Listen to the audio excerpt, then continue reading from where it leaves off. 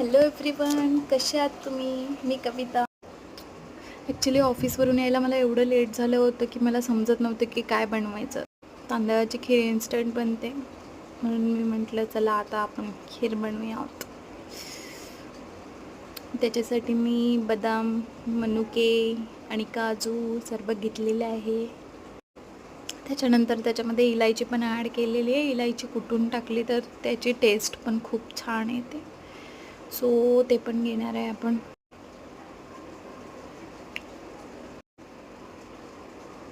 चला, रेडी झालेलं आहे आपलं सगळं सामग्री. सगळं बारीक वगैरे करून घेतलं. थोडंसं घी पण ॲड करायचं त्याच्यामध्ये. माय हजबंड.